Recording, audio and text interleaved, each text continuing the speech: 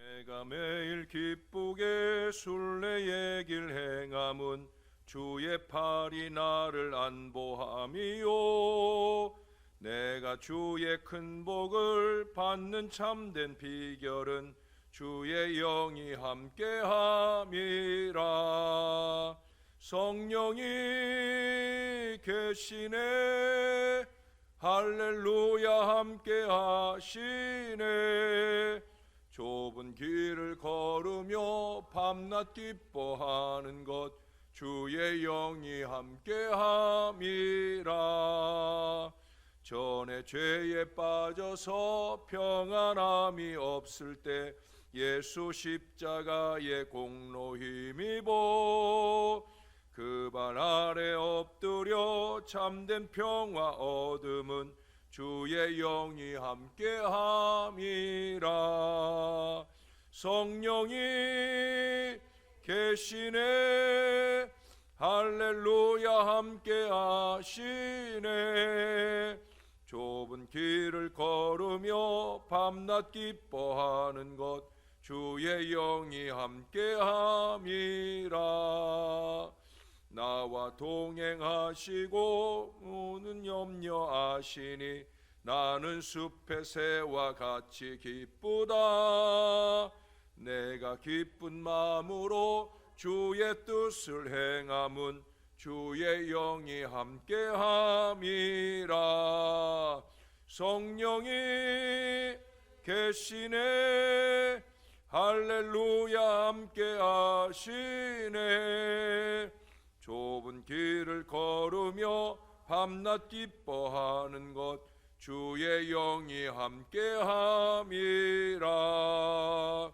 세상 모든 욕망과 나의 모든 정욕은 십자가에 이미 못을 박았네. 내가 주의하고 무거운 짐 벗으니 주의 영이 함께함이라. 성령이 계시네, 할렐루야 함께하시네.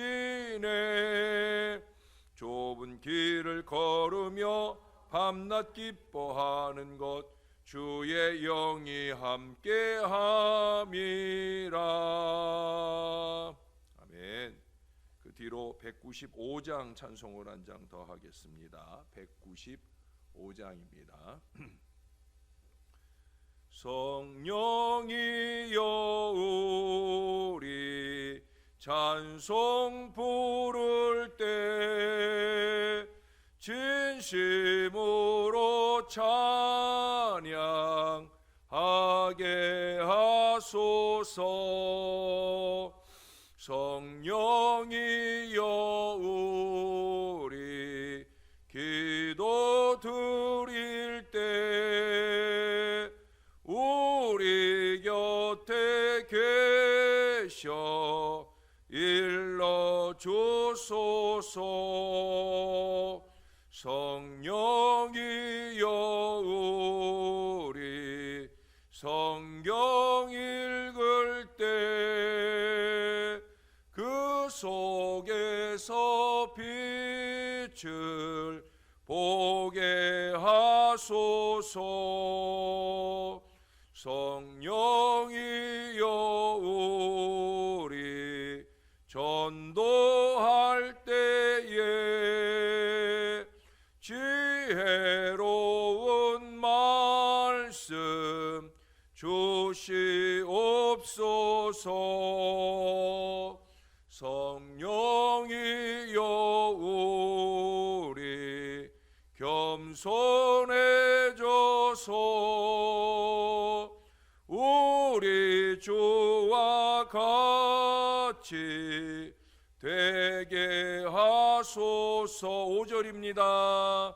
성령이여 우리 겸손해져서 우리 주와 같이 되게 하소서.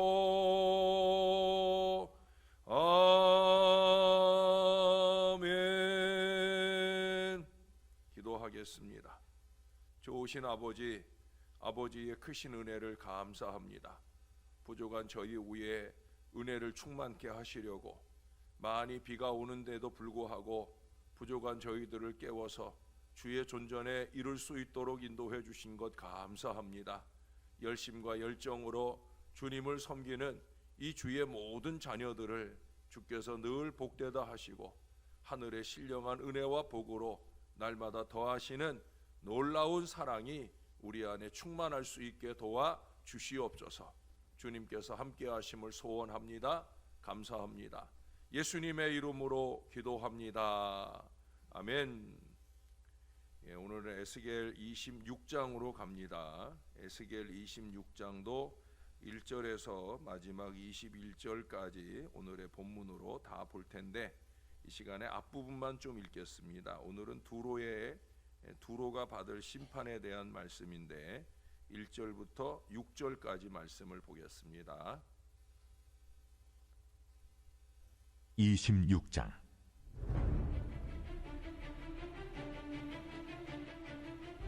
열한째 해 어느 달 초하루에 여호와의 말씀이 내게 임하여 이르시되 인자야, 두로가 예루살렘에 관하여 이르기를 아하, 만민의 문이 깨져서 내게로 돌아왔도다. 그가 황파였으니 내가 충만함을 얻으리라 하였도다.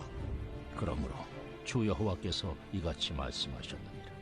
두로야, 내가 너를 대적하여 바다가 그 파도를 굽이치게 함같이 여러 민족들이 와서 너를 치게 하리니 그들이 두로의 성벽을 무너뜨리며 그 망대를 걸 것이요 나도 티끌을 그 위에서 쓸어버려 맨바위가 되게 하며 바다 가운데 그물 치는 곳이 되게 하리니 내가 말하였음이라. 그가 이방의 노략거리가 될 것이요 들에 있는 그의 딸들은 칼에 죽으리니 그들이 나를 여호와인 줄을 알리라. 아멘. 계속해서 이제 심판에 대한 얘기들이 쭉 이어지게 되어집니다. 어제 본문에 이어서 계속해서 이방 나라들에 대한 예언들이 쭉 이어지게 됩니다. 오늘은 이스라엘 북쪽 지역에 위치한 두로에 대한 심판의 예언이에요. 어제는 한꺼번에 5개의 족속에 대하여 말씀하셨던 것에 비하여 이 두로에 대해서는 상당히 많은 부분을 할애해서 예언을 하고 있어요. 이제 이 다음 27장도 그렇고요. 또 28장에도 거의 한 3분의 2 가량을 배분해서 이 두로에 대한 얘기를 길게 하고 있습니다. 다른 주변국들에서도 이스라엘의 멸망이 약간 유익이 될 수 있었겠으나 여기 2절에서 보는 것처럼 두로는 이스라엘 멸망으로 인해 직접적으로 얻는 유익이 상당히 컸던 모양입니다. 그러므로 이스라엘의 멸망을 무척 바라고 있었던 듯 보여집니다. 2절에 보시면 만민의 문이라고 하는 표현이 나오죠. 두로와 아라비아를 연결하는 상업 통로를 말하는 거예요. 오늘날로 얘기하면 큰 상권이에요. 이 큰 상권을 지금까지 이제 이스라엘이 쥐고 있었기 때문에 두로가 그것에 대해서 호시탐탐 노리는 마음이 있었다라고 보여집니다. 그래서 이스라엘이 멸망하면 그 상권, 그 주도권이 이제 두로에게 넘어가게 되는 모양이에요. 그러므로 2절 하반절에 보면은 거기 그런 말을 하잖아요. 내게로 돌아왔도다. 그가 황폐하였으니 내가 충만함을 얻으리라 하였도다. 상당히 신나하는 것을 볼 수가 있어요. 이스라엘은 멸망했는데 자기들은 오히려 충만하게 됐다. 그런 즐거운 표현을 적고 있어요. 경쟁사회에서는 남의 실패가 나의 성공으로 주어지는 일이 많이 있습니다. 입시나 취업 같은 것이야 남이 떨어져야 내가 붙는 것, 그것은 어쩔 수 없는 일이라 보여집니다. 또 같이 똑같은 회사에 입사를 해도 어쩔 수 없이 이제 고가 점수가 더해지다 보니까 저 사람보다 내가 더 노력하고 내가 더 인정받으려는 마음이 어쩔 수 없이 생겨날 수밖에 없는 거예요. 그러나 그렇다고 해서 남의 실패를 즐기고 기뻐하는 것은 하나님의 바라시는 바가 아니지요. 더군다나 억지로 그 상대방의 실패를 조장해서 그를 밟아 이기는 태도는 그가 누릴 승리와 기쁨을 가로채서 자기 것으로 삼으려는 것은 그것은 무척 잘못된 일입니다. 안타깝게도 오늘날 교회 안에서조차 이런 어리석은 일들이 너무 쉽게 자행되고 있는 걸 보게 됩니다. 제가 주일학교에서 아이들 간식을 줄 때 과자나 아이스크림 같은 걸 줄 때 아이들로 하여금 절대 고르지 못하도록 했었습니다. 그 이유는 다른 데 있는 것이 아니라 앞에서 고르기 시작하면 뒤에서는 맛없는 것만 남게 되잖아요. 그래서 그냥 앞에서부터 이렇게 꺼내서 주는 대로 받아서 먹도록 그렇게 하는 경우가 많았습니다. 제가 옛날에 청년부 사역을 할 때도 군에 입대하는 자녀를 두신 부모님께도 그 흔히 세상에서 말하는 백 쓰지 말라고, 다시 말해서 내 자식 좋은 대로 빼돌리려고 뭐 아는 사람 연줄 걸어가지고 그래갖고 백 써가지고 내 아들 좋은 대로 보내려고 애쓰지 말라, 그런 권면을 드린 때가 많았어요. 왜냐하면 내 아들 좋은 대로 빼돌리게 되면 정상적으로 그곳에 가야 할 남의 귀한 자식이 엉뚱한 곳에서 고생할 수도 있기 때문이거든요. 이거 믿는 사람들이 절대 하면 안 되는 일입니다. 실력과 재능과 순리에 따라 저절로 주어지는 승리와 기쁨과 편안함이야 어쩔 수 없는 일입니다. 그러나 권모술수로 승리를 쟁취하고 남의 실패를 즐기는 태도는 하나님의 자녀로서는 결코 합당치 않은 모습이라는 거예요. 하나님은 두로를 그러한 이유에 근거해서 철저히 징계합니다. 해양 국가로서 위용을 떨치던 그들의 결국을 여기 18절에서 말씀하는 대로 비참하게 만드신다는 거예요. 그들을 향한 하나님의 심판은 더 철저하다는 거예요. 이 말은 이전에 그들이 누리던 것까지 오히려 빼앗기게 되어진다는 겁니다. 뭐 어쩌면 이스라엘의 멸망은 예견된 수순일 수 있습니다. 그러나 이 두로의 멸망은 놀라운 뉴스거리가 될 것이라 그런 얘기를 하고 있어요. 그만큼 두로는 강대한 나라였다는 거예요. 그러나 다 소용없어진다는 거예요. 아무리 견고해도 하나님의 심판을 면할 수 없는 일입니다. 나중에 이제 우리 28장 전에 사랑방 모임에서 우리가 함께 화상으로지만 그때 한번 말씀을 나눈 적이 있죠. 28장에 가서 보면 두로는 정말 대단히 강대한 나라예요. 교만할 수밖에 없는 나라예요. 그러나 다 소용없는 일이라는 거예요. 여기 19절 이하의 말씀대로 두로는 주민이 없는 성, 황폐한 성으로 전락하게 되어진다는 겁니다. 여러분들은 어떤 드라마를 즐겨 보십니까? 뭐 어떤 드라마든지 대부분 드라마들의 뻔한 스토리가 있잖아요. 악인들이 온갖 거짓과 술수로 일시적 승리도 하고 또 그 악이나 불법을 합법화하기도 하는 어리석음을 범하게 됩니다. 잠시 동안은 즐거움을 누리는지요. 그러나 결국은 그 악에 대한 철저한 패배, 심판을 받게 된다는 얘기가 대부분의 영화나 드라마의 일반적인 승리입니다. 그래서 우리가 선인들이 억울함을 당할 때 그때 이제 가슴을 졸이면서 막 보다가 이제 반전의 결과를 통해서 악인이 그 황폐한 결말을 보게 될 때 우리가 쾌재를 부르게 되는 그런 아쉬운 마음들이 늘 있잖아요. 때로는 그런 행태가 가족도 없고 형제도 없는 모습을 보이게 됩니다. 여러분, 드라마만 아니라 우리 주변에서도 그런 일들은 얼마든지 많이 일어납니다. 제가 이렇게 신방을 다녀보면 우리 교인들의 가까운 가족들 또 이웃들 가운데도 그런 얘기들을 참 많이 안타까운 마음으로 듣게 되어집니다.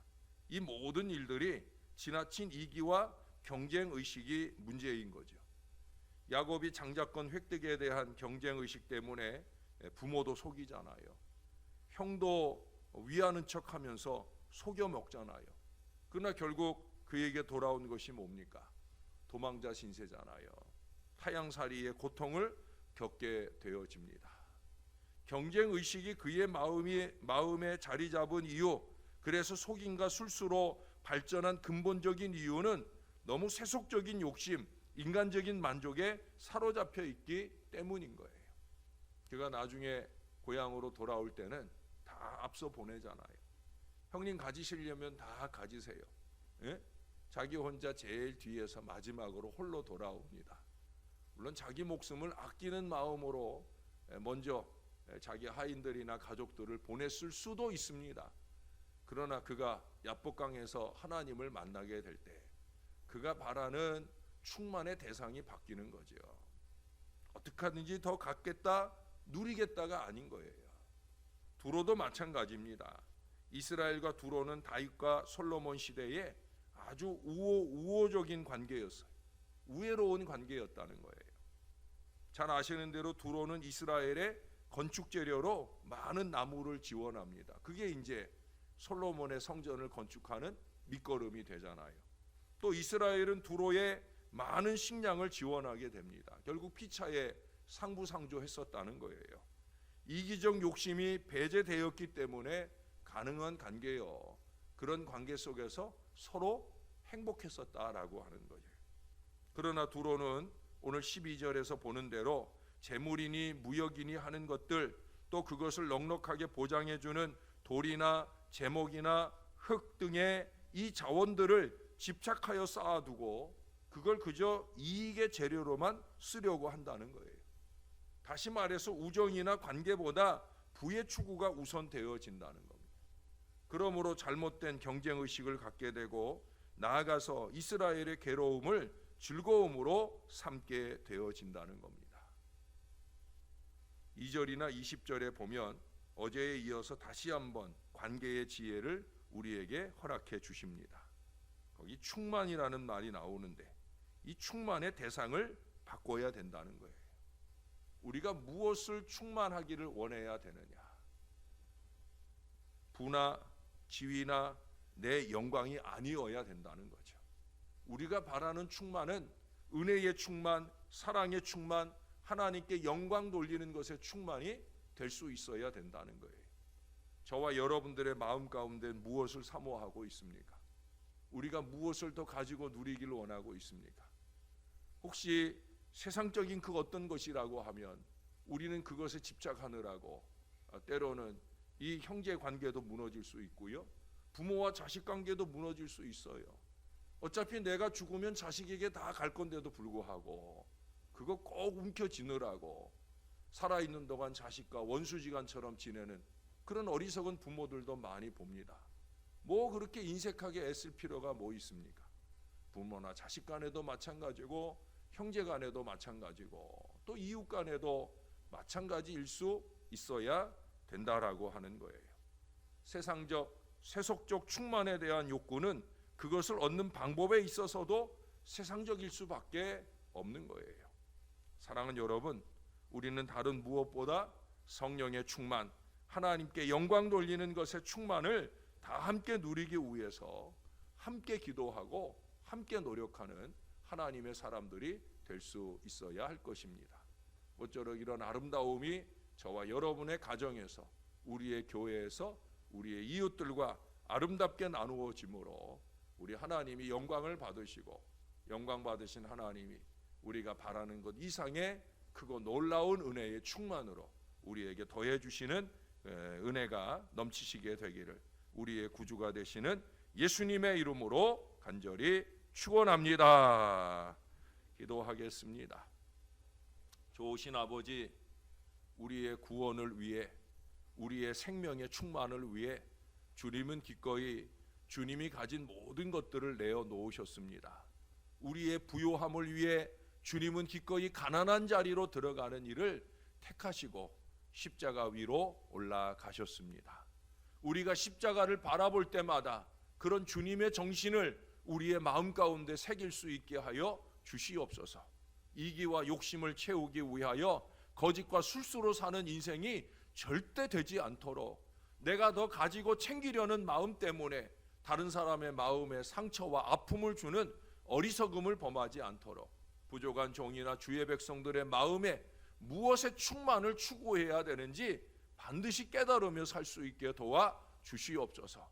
은혜가 충만해야 될 줄로 믿습니다. 사랑이 충만해야 될 줄로 믿습니다. 하나님께 영광 올려드리는 이 모든 노력들이 함께 이루어지는 충만한 신앙의 공동체가 되어야 할 줄로 믿습니다.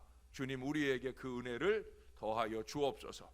기왕에 주님 앞에 와 예배할 때 하늘의 신령한 은혜가 부어질 만한 영과 진리의 예배가 되게 하시고, 기왕에 주님 앞에 헌신할 때 나의 영광을 추구함이 아니라 하나님의 기쁨을 이루기 위한 겸손한 헌신의 노력들이 보이지 않는 곳에서의 아름다운 수고가 넘쳐나는 복된 주의 자녀들 다 되게 도와주옵소서.